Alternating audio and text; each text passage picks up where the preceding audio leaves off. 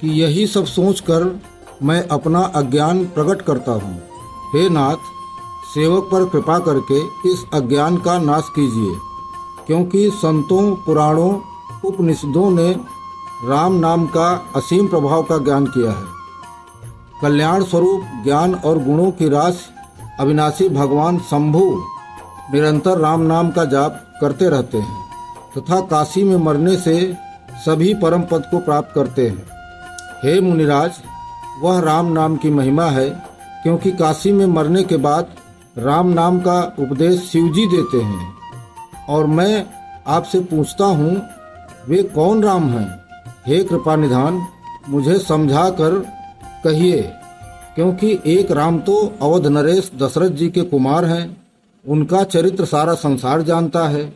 उन्होंने स्त्री के विरह में अपार दुख उठाया और क्रोध आने पर रावण को मार डाला।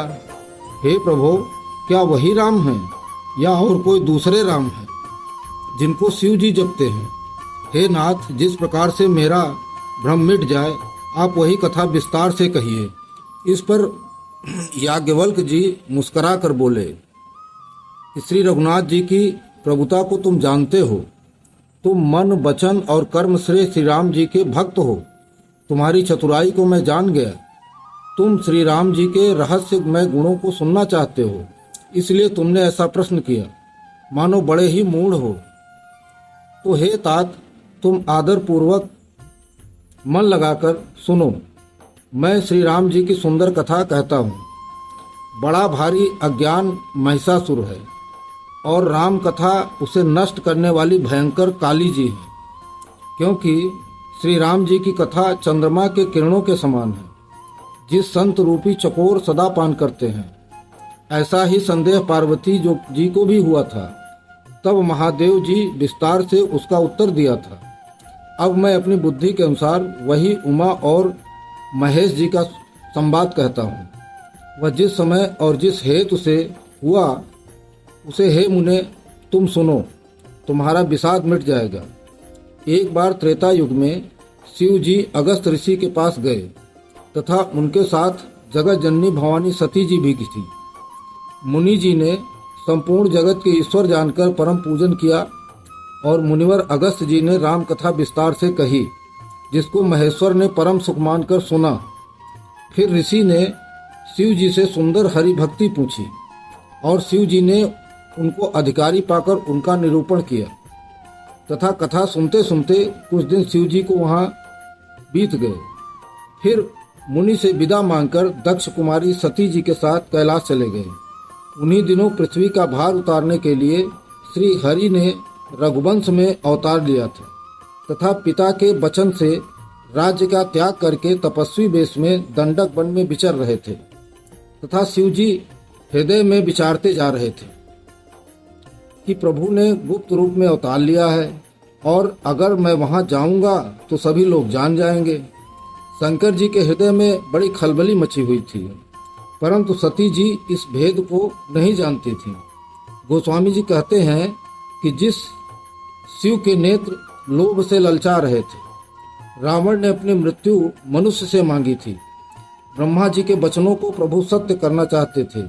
इस प्रकार महादेव जी चिंता के बस में हो गए और उसी समय नीच रावण ने जाकर मारीच को साथ लिया और तुरंत कपट मृग बन गया।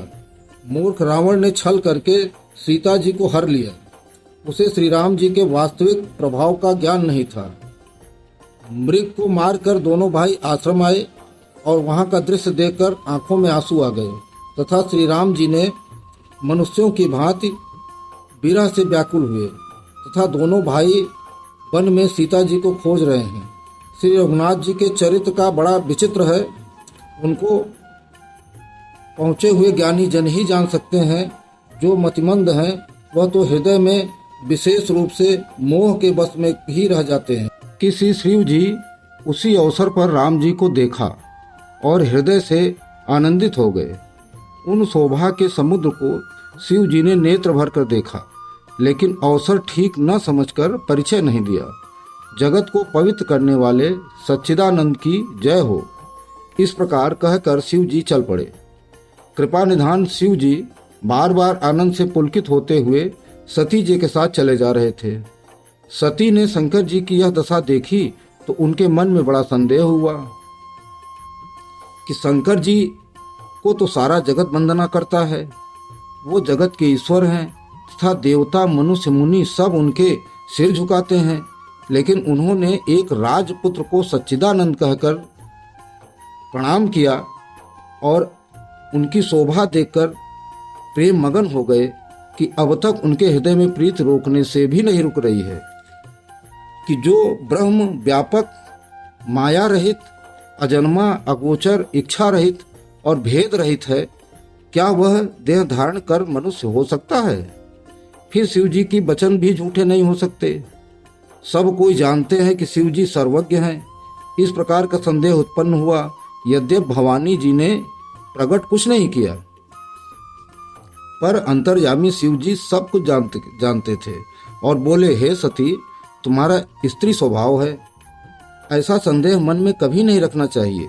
जिनकी कथा का अगस्त मुनि ने गान किया और भक्ति मैंने मुनि जी को सुनाई, ये वही इष्टदेव मेरे रघुवीर जी हैं। ज्ञानी मुनि योगी जिनका निर्मल चित्त से ध्यान करते हैं और शास्त्र भी नेत नेत कर गुणगान करते हैं, वह अपनी इच्छा से रघुकुल में मणि रूप में अवतार लिया है। यद्यप शिव जी कई बार समझाए, लेकिन सती जी के हृदय में उपदेश नहीं बैठा। तब महादेव के मन में भगवान की माया का बल जानकर मुस्कुराते हुए बोले कि जो तुम्हारे मन में संदेह है वो जाकर परीक्षा क्यों नहीं ले लेती? जब तक तुम लौटकर आओगी तब तक मैं इसी बड़ के पेड़ के नीचे बैठा रहूंगा। इससे तुम्हारा अज्ञान रहित संदेह दूर हो जाएगा। तथा शिव जी की आज्ञा पाकर सती जी चली और सोचने लगी, कैसे करूं, कैसे परीक्षा लूं। शिव जी ने ऐसा अनुमान किया कि दक्ष कन्या सती जी का अब कल्याण नहीं है। जब मेरे समझाने पर भी संदेह दूर नहीं होता तो विधाता ही उल्टे हैं।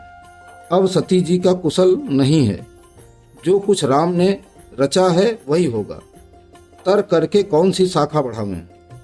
ऐसा कहकर शिव जी ने हरि का नाम जपने लगे और इधर सती जी बार बार मन में विचार कर सीता का रूप धारण करके मार्ग की ओर उनके आगे चली, जिससे भगवान राम जी आ रहे थे। सती जी के बनावटी रूप को देखकर लक्ष्मण जी चकित हो गए और उनके हृदय में बड़ा भ्रम हो गया तथा प्रभु श्री राम के प्रभाव को जानते भी थे तथा सब कुछ जानने के लिए वाले प्रभु श्री राम ने सती के कपट को जान गए। स्त्री स्वभाव का असर तो देखो कि उन सर्वज्ञ भगवान के सामने सती जी छिपाव करना चाहती हैं। अपनी माया के बल को हृदय में बखान कर श्री रामचंद्र जी को कोमल वाणी में बोले। पहले प्रभु ने सती को प्रणाम किया, फिर पिता सहित अपना नाम बताया, फिर कहा, ऋषिकेश शिव जी कहाँ हैं? आप यहाँ वन में अकेली किस लिए घूम रही हैं? श्री राम जी के इस कोमल और रहस्य भरे वचन को सुनकर सती जी को बड़ा संकोच हुआ और डरती हुई श्री शिव जी के पास चली तथा उनके हृदय में बड़ी चिंता हो गई थी। माँ सती जी कहती हैं कि मैंने श्री शिव जी की बात नहीं मानी और अपने अज्ञानता का परिचय श्री रामचंद्र जी को भी दिया। अब जाकर शिव जी के पास कौन सा उत्तर दूंगी? तथा श्री राम जी भी जान गए कि सती जी को दुख लगा तथा सती जी को श्री राम, सीता तथा लक्ष्मण को अपने प्रभाव से दिखलाया, क्योंकि सती जी को वियोग और दुख की कल्पना उन्हें हुई है वह दूर हो जाए। जहाँ सती जी देखती थीं वहाँ श्री राम, सीता, लक्ष्मण ही दिखाई दे रहे थे तथा सती जी अनेक शिव, ब्रह्मा और विष्णु देखे जो भांति भांति के वेश में श्री राम की चरण वंदना कर रहे हैं। सती ने जहाँ तहाँ कितने रघुनाथ देखे, वहाँ उतने ही शक्तियों सहित देवताओं को भी देखा, परंतु श्री रामचंद्र जी को दूसरा रूप नहीं देखा। जब सती जी ने ऐसा बार बार देखा तो वह डर गईं और मार्ग पर ही आंख बंद करके बैठ गईं। और जब फिर आंख खोलकर देखा तो कोई नहीं था। तो वो श्री शिव जी के पास चली और जब शिव जी के पास पहुंची तो शिव जी ने मुस्करा कर पूछा कि रामचंद्र जी की किस प्रकार परीक्षा ली, सच सच कहो। सती जी ने श्री रघुनाथ जी के प्रभाव को समझकर शिव जी से छिपाव करना चाहती थी और मैंने कुछ भी परीक्षा नहीं किया, केवल प्रणाम किया जैसे आप प्रणाम करते हैं। आपने जो कहा वह झूठ नहीं हो सकता, मेरे मन में बड़ा विश्वास है। तब शिव जी ध्यान लगाकर देखा कि सती जी ने क्या किया था और सब जान गए और फिर श्री रामचंद्र जी की माया को सिर नवाया, जिसने प्रेरणा करके सती जी के मुंह से भी झूठ कहला दिया तथा हर इच्छा प्रबल है। सती जी ने सीता जी का रूप धारण किया। यह जानकर शिव जी को हृदय में बड़ा विषाद हुआ और सोचा कि अब यदि मैं अब सती जी से प्रीत करता हूँ तो भक्ति मार्ग लुप्त हो जाएगी तथा सती परम पवित्र है, इसलिए इन्हें भी छोड़ते नहीं बनता और प्रेम करने की भी से भी बड़ा पाप लगता है।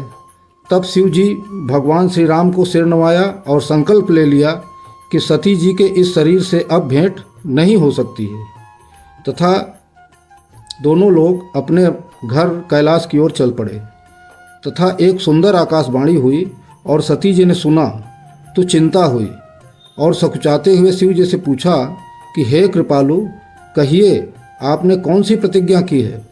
आप सत्य के सागर और परम दयालु हैं। यद्यपि सती जी ने बहुत पूछा लेकिन शिव जी ने कुछ नहीं कहा। सती जी के हृदय में अनुमान किया कि सर्वज्ञ शिव जी सब जान गए हैं। मैंने शिव जी से कपट किया। प्रीति की सुंदर रीति देखिए कि दूध में पानी मिला दो तो दूध के भाव ही बिक जाता है, फिर कपट रूपी खटाई पड़ने पर पानी अलग हो जाता है, यानी सब खराब हो जाता है।